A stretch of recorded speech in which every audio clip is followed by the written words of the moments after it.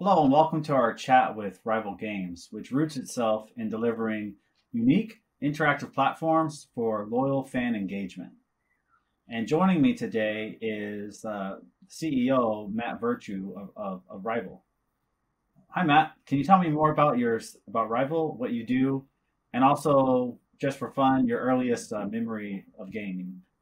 Hey, Jeremy, thanks for having me. Yeah, here at Rival, we're a best-in-class white label gaming platform whose core purpose is building competitive tournaments, leagues, 1v1 matchups that are ownable for our stakeholders and clients to create the best gaming experience possible with derivative means of creating loyalty built around digital tokenization within the platform. And I can expand on that certainly, but that's kind of our core product today.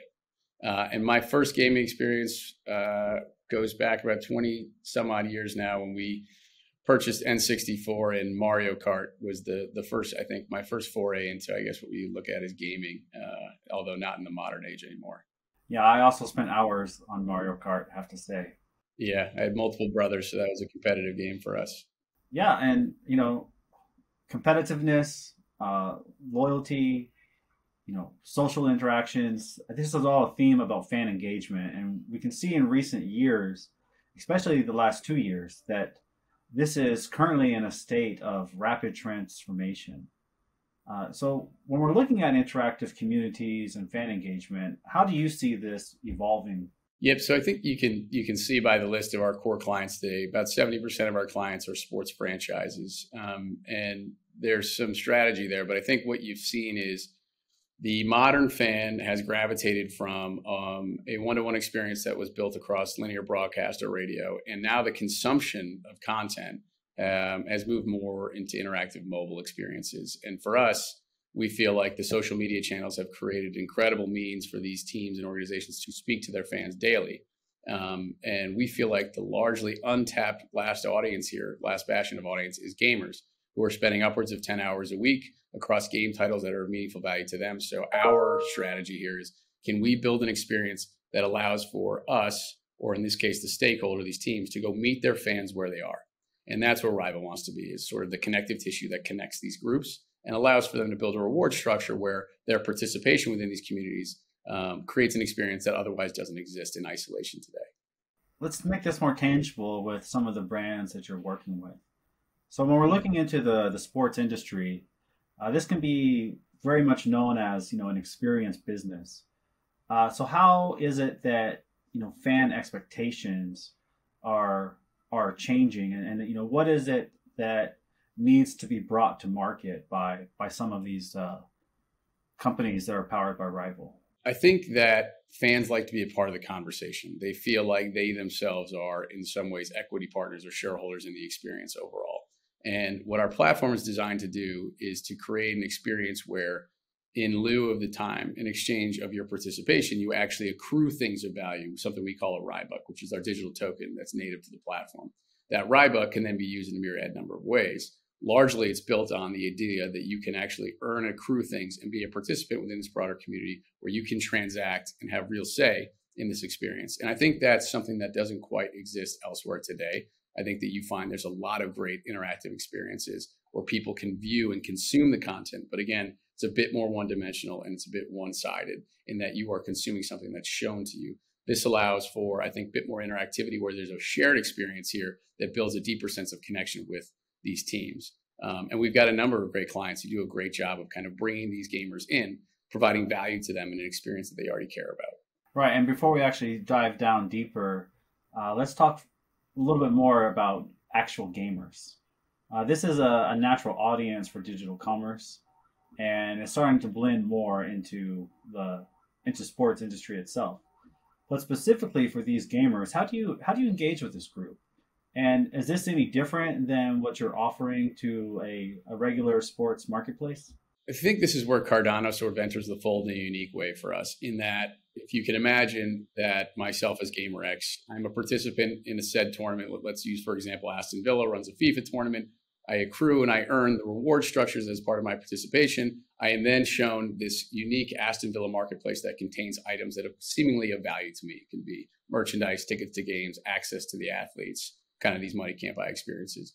What Cardano and blockchain technology kind of brings to the fold here is a new elevated experience where I can actually participate in things and own things authentically that seemingly can appreciate in value. And that's not something that the teams can offer in isolation today. We've already seen some meaningful adoption in doing that disparately elsewhere, but this is kind of a highly concentrated way of kind of bringing a streamlined commerce component to all of this.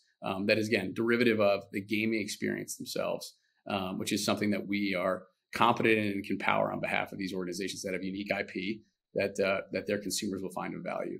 Yeah, I would have to agree with that. That we are at the point now with using blockchain that we're not just talking about digital commerce, but it's more about social commerce, where you earn real assets. And this all sounds really about developing products that the fans would want to use ourselves to enrich engagement and kind of build instead of just being a fan interactions, it's more about a fan community and creating marketplaces around the brands that they care about. So how does Rival value communities for these different sports leagues? So the way we look at it is if gamers are going to spend dozens of hours a week participating in isolation within these game titles, is there a way that we can bring the experience back home? I think at the end of the day, the challenge for sports organizations is, how do I meet my next gen of fans? And right now, the consumption has moved, sort of with each different generation. It was linear broadcast has now moved to OTT platforms. OTT platforms now still service a broad group. The subscription model does sort of become cost prohibitive to some people, and some people have become less prone to actually tuning into these live broadcasts. So for us, gaming, again, is this next bastion where you can create some avidity around their participation. And so for us, the scale of this is infinite. The idea for Aston Villa and others who command fans around the globe is use gaming as that entry point. We are agnostic to the publishers and the titles that we use in addition to the hardware. So in America, you'll largely see consumption of console-based gaming. In the Far East, it's far more mobile focused. So the idea is, if I have fans that are disparately set across the globe, how can I create a strategy and use gaming, specifically segmenting the publishing and hardware entry points, as a way to target those consumers and build them back into the experience that overall I want to provide for them. And in this case, I think the marketplace is unique in that people can accrue and earn things. They can be identified within their own communities, and then they can transact. And I think that barter exchange is of value here. I think that's where you start to realize that the data that's being collected and consumed by these community stakeholders, these teams, is of value, but it's more transparent to the user, that you are understanding that you're part of something, you're opting into something. In return, you're allowed to kind of build a deeper connection with that experience. And I think that's sort of what differentiates us from maybe social media platforms today.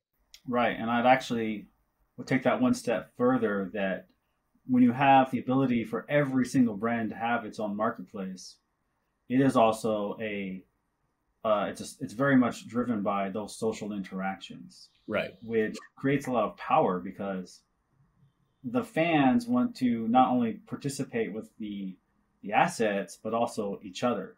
That's right. And it's a good point. And maybe that's a clear distinction that I should make, is that, when you hear the term gaming or esports, in a lot of ways, the way I at least look at it is that it's franchise models based that are similarly kind of mirroring that of the sports franchises of today. There are a set number of franchises built across the publishing title. Those organizations largely build their business based on viewership and eyeballs of the live events of their athletes. There's obviously offshoots of that, but that's largely a business model that is easily kind of replicated in sports today. What we've built, I think, is a more participatory means of drawing in the consumer, meaning if we feel like there's value to be had here, it's the ability to be a participant within this social experience. So I may not win the tournaments that I'm participating in, but it's fun to be a part of it. And as a byproduct of that, I'm likely to tune in and also watch those same gaming experiences as they continue to evolve within these communities, because there's a deeper sense of connection there in something that I'm actually actively participating in versus a more passive lean back viewership experience. And that's what we're trying to separate ourselves from the pack with is the idea of bolting on viewership in live streaming content is important.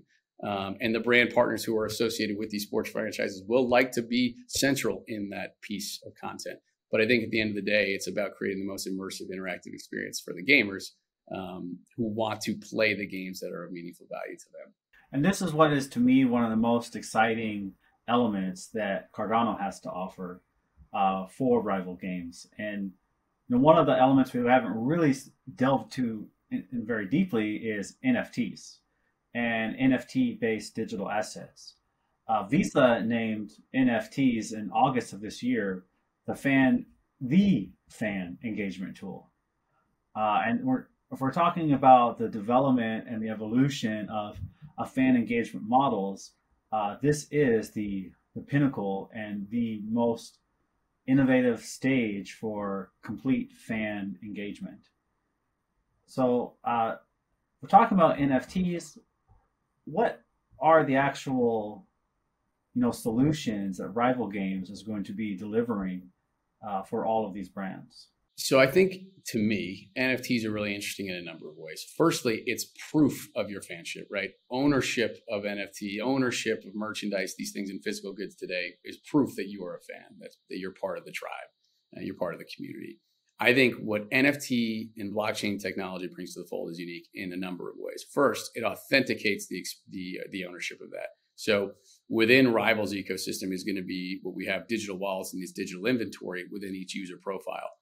Some will be visible to the public and some will not. But the aspects of it that are unique in that those gamers who have participated and actively purchased things, let's say from the Detroit Pistons, who have minted NFT items based around the banners of their World Championship seasons, the 2004 season, for example. The fact that I can own a select number of those items and use that as part of my fan experience to, firstly, I think, to give off the appearance of my devoted fanship. And secondly, the fact that that asset can appreciate is really unique. I think that the way I see it, gamers are quite tech savvy. NFT blockchain adoption is largely going to be something that is easily sort of passed through in this experience, because I think that it's an adoption piece that they are, quite it's endemic to their space and something that they're aware of. What it allows for our partners is to actually create new identified experiences and transactional opportunities for the gamers that don't quite exist today in the physical world. Meaning, it's great that we have the ability to populate it with tickets and merchandise and things of that nature. But the idea that you can take the IP that they've spent millions and millions of dollars in building and take that same IP and create new opportunities that are NFT blockchain based is great, because I think the appreciation in those values is unique.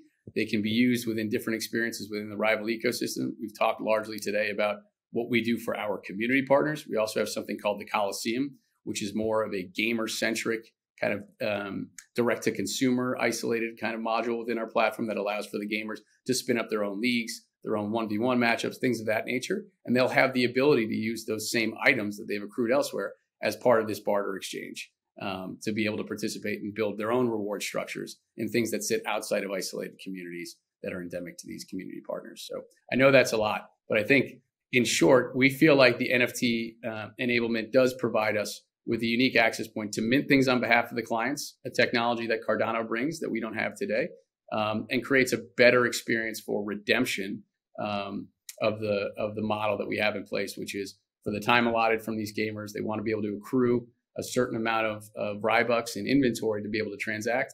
And I think that we've now enabled for, I think, a wide array of items to be populated within these marketplaces. And again, it's nice that it's highly concentrated somewhere.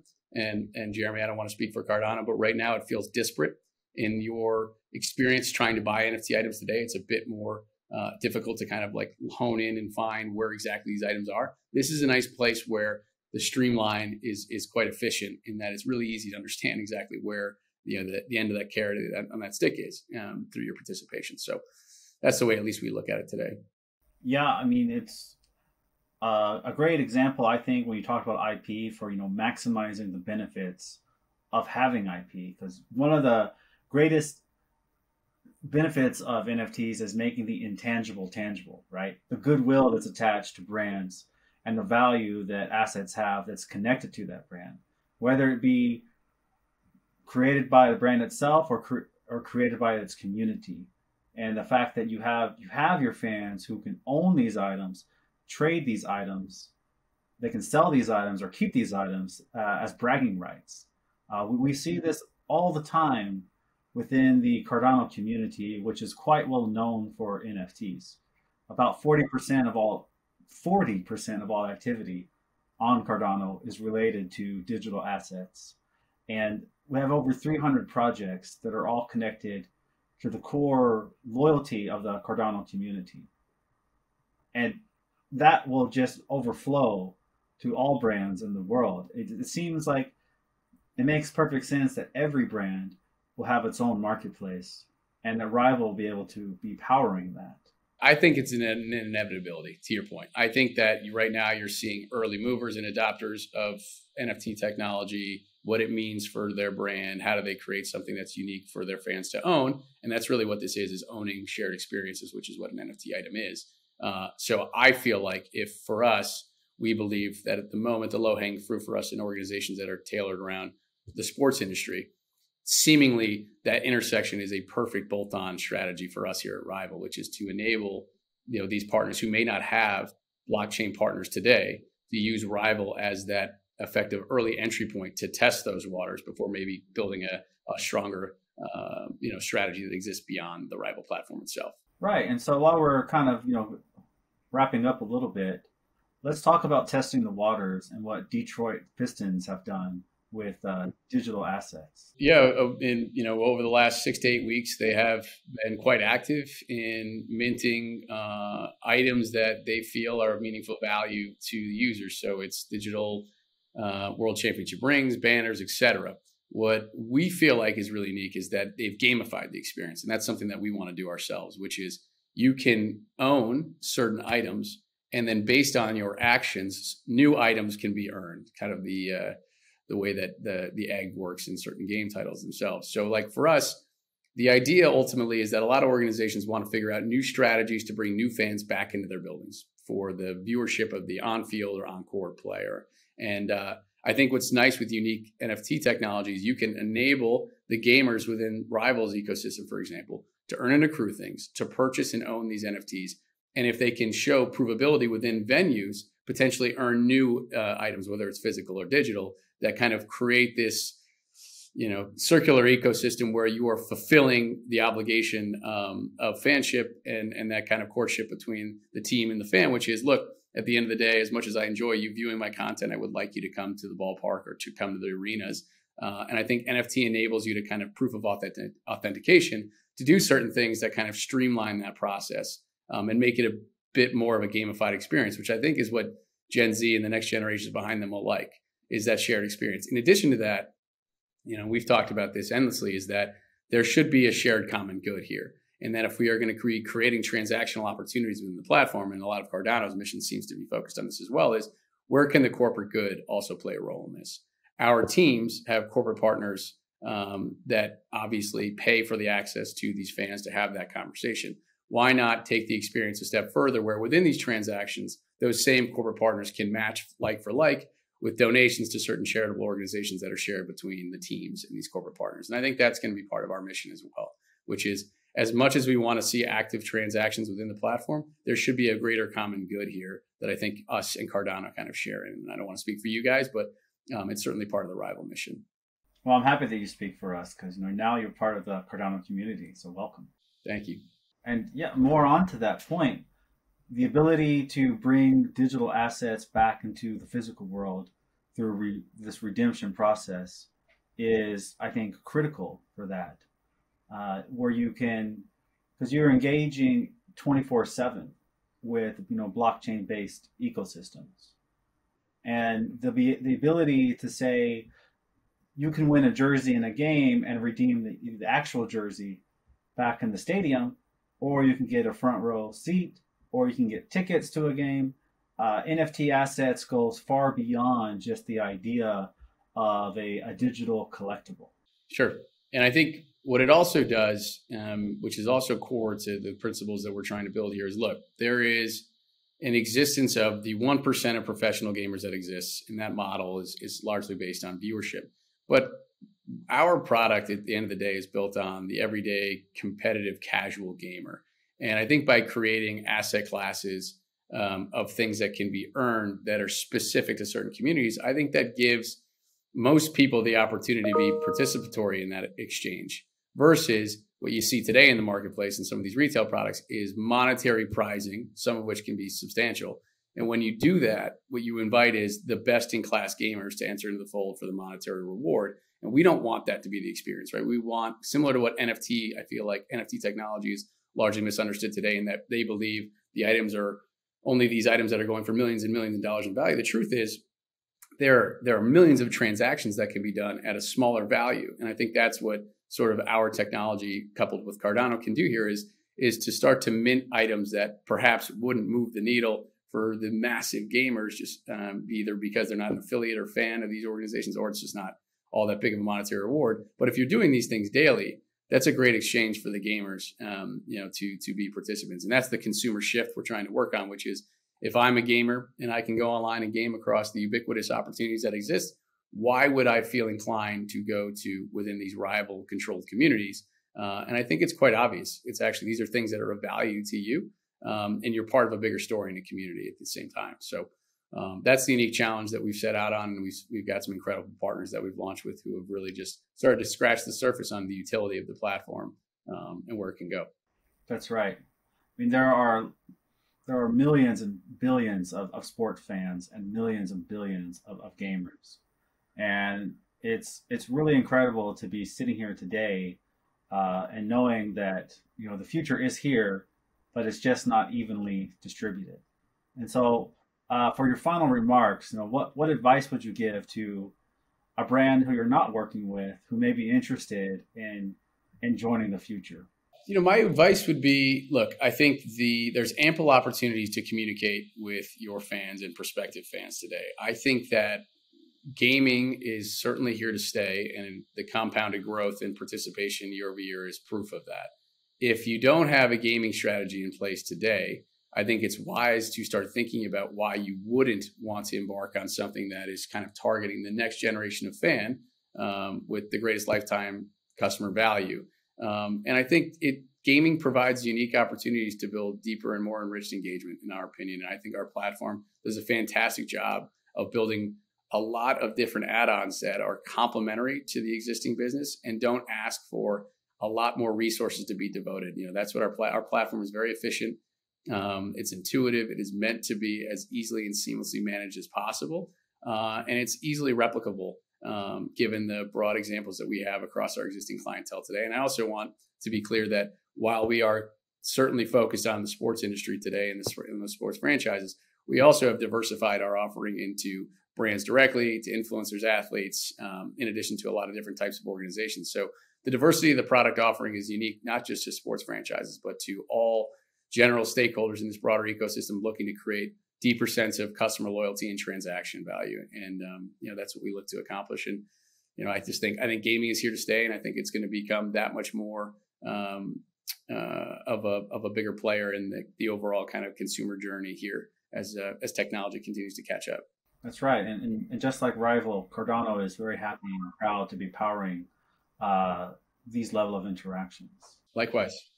So Matt, it's great to speak with you today, and thank you again for participating in the Cardano 2021 annual summit.